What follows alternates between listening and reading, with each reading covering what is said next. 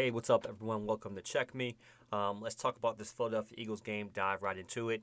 Overall, as I've been saying before, we're going through growing pains where we're really figuring out and developing an identity that will help us toward the end of the year.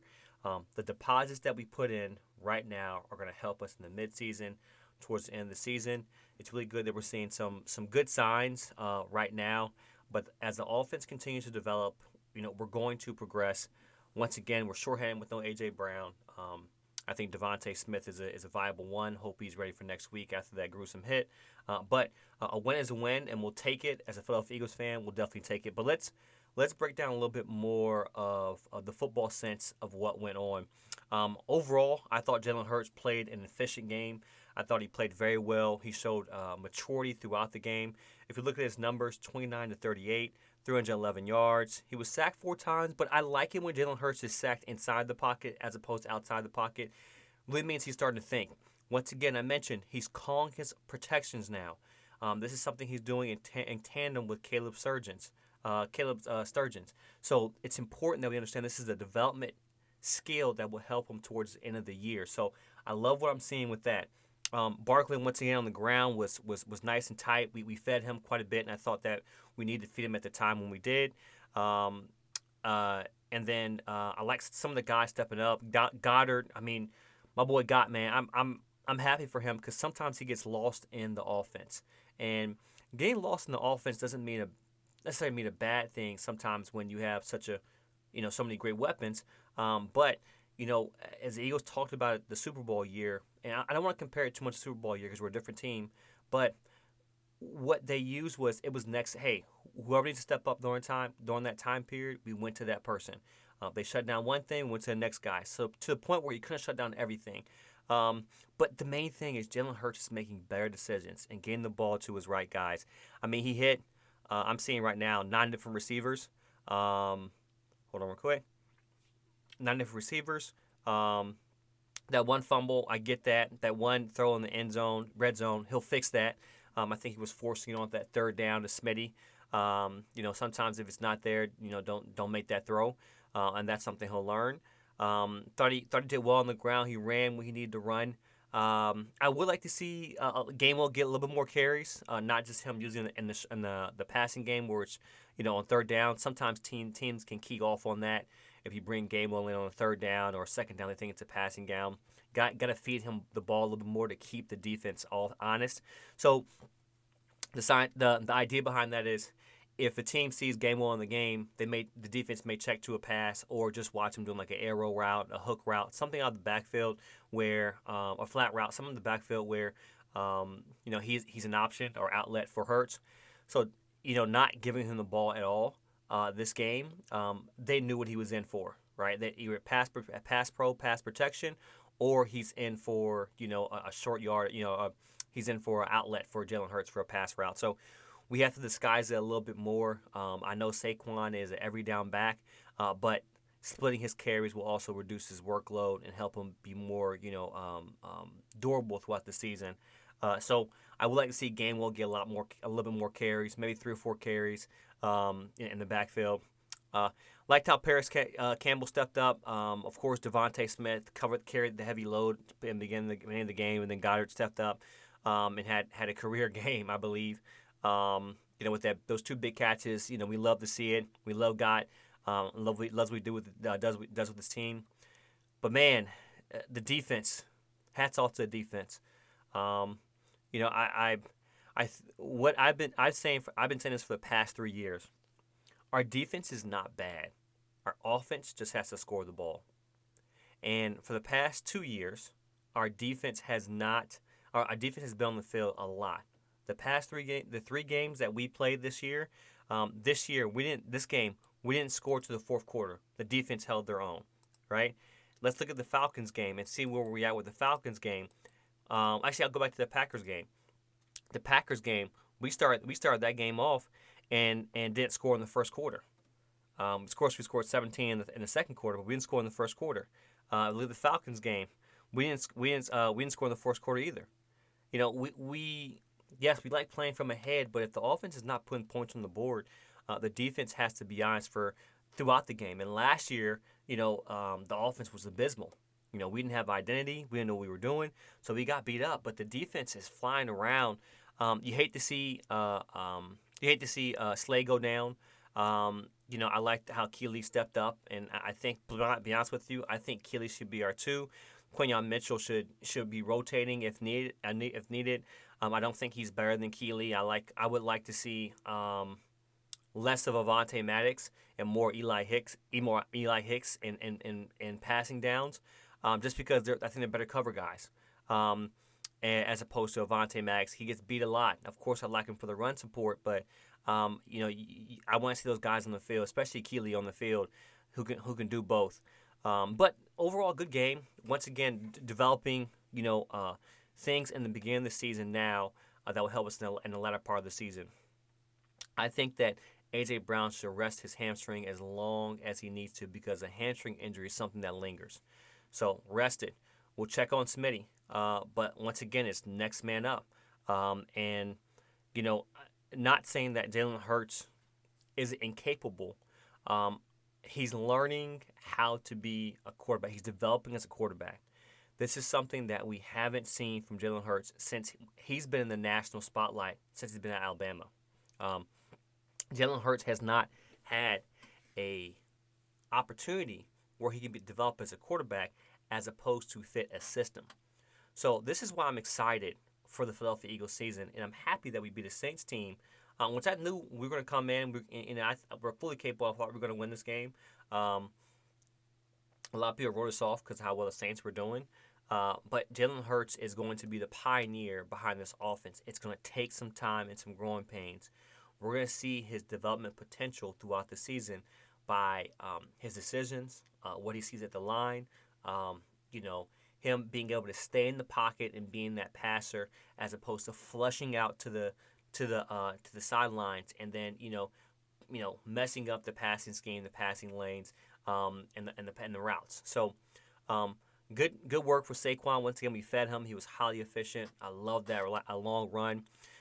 Saquon also has developed since he's been at Penn State, and a lot of people looking like I'm crazy, but Saquon is a shifty guy, but he's gotten better running in between the tackles.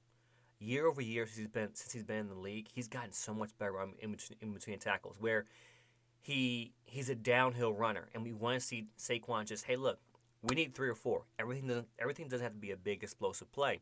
So I like what we're seeing with Saquon being able to have these moments where he's getting 3 or 4 yards for us. He's an every down back. If something pops, something pops.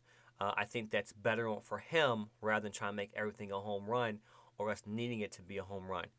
Though Jalen Hurts didn't pass a touchdown through the air, he got down there and Saquon popped us in. That's what you want to see out of those guys in the backfield. That doesn't mean we just go and do run RPO the whole time, right? No, let's actually get into under center, or let's get into a formation, run trap, run power, run counter, something where we're going to run and we're not going to hesitate. I didn't like how Saquon got his first carry late in the first quarter, second quarter. He should be touching and filling the ball more than then. I think our line is fully capable of run blocking and get some of the best. And so we should put an emphasis on that. We should be able to run the ball. I'm not saying run the ball into the ground, but let's run the ball, establish that at the front. It will wear down the defense towards the end of the game, and then now our run pass options opened up. Right now, the defensive pass rush is weaker because we've been beating them in the pulp on the ground. So these are the things that I think are very important from the psychological aspect of the game that Eagles need to establish to play longer. I'm still giving Kellen Moore. I'm still being patient with Kellen Moore, mainly because he has a man down, and that put a dent into his offense with A.J. Brown. I would like us to really establish, run. I don't care what play it is. The first play of the game, we're going to run the ball. All right, we're going to run the ball. If you have a special pass, great. But let's actually establish the run game, saying this is what we're going to do. If Philadelphia has the identity, it will open up so many doors down the field. One of the reasons why Goddard got off was because Saquon Barkley was on the ground. If you pound a team on the ground, that's when the tight ends start making plays. That's when receivers in the middle of the field start making plays. And this is why I think it's important.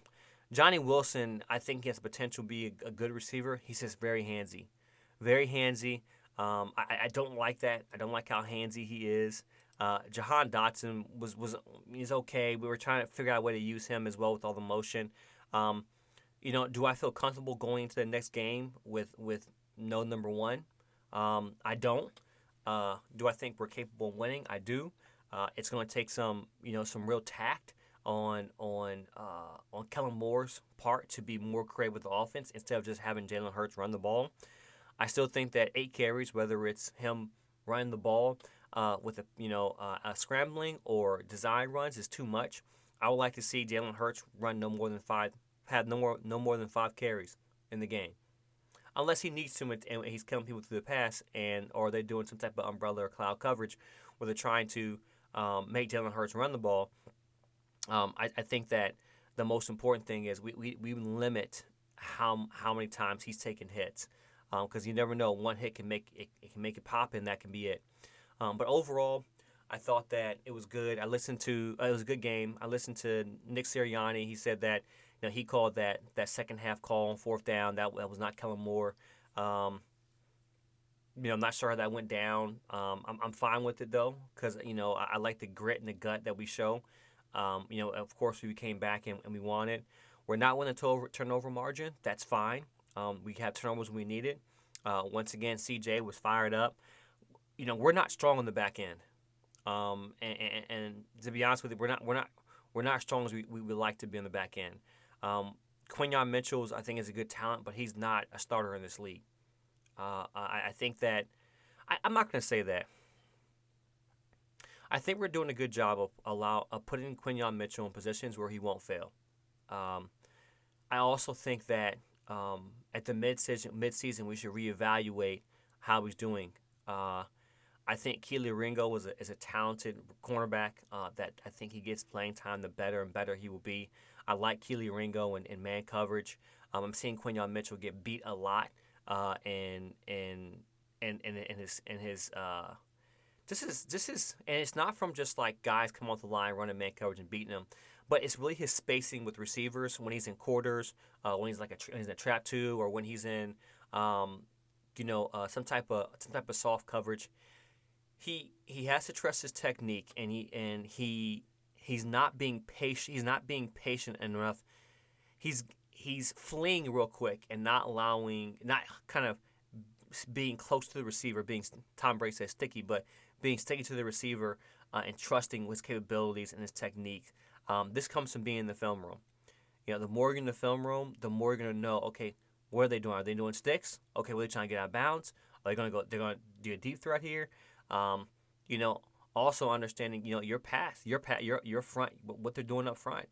These are things that I think Quinyon Mitchell has to develop if he wants to be. We look at him in midseason and say, hey, look, what's his grade? Should he be out there, or should we put Keely out there, or should we put, somebody else out there? But I feel that he's learning. I'm being patient with him. Us just throwing him out there. I personally think Kool-Aid McKinstry was the best cornerback in the draft. We got Cooper DeJean, who right now is not even on the field. Not sure why we wasted the pick. That might have been a waste pick for us. But overall, good game. Let's continue to move. I like what the boys did up front, Jalen Carter and Jordan Davis. It takes time. Once again, they're big run stoppers. They actually were creative with them, without allowing them to do some stunts on the not that they haven't, but doing some stunts on the defensive front that confused Derek Carr a little bit. So we're getting better. Be patient with this team, and I think that as we continue to evolve and get past these growing pains, mid-season we're going to be a tough team to beat.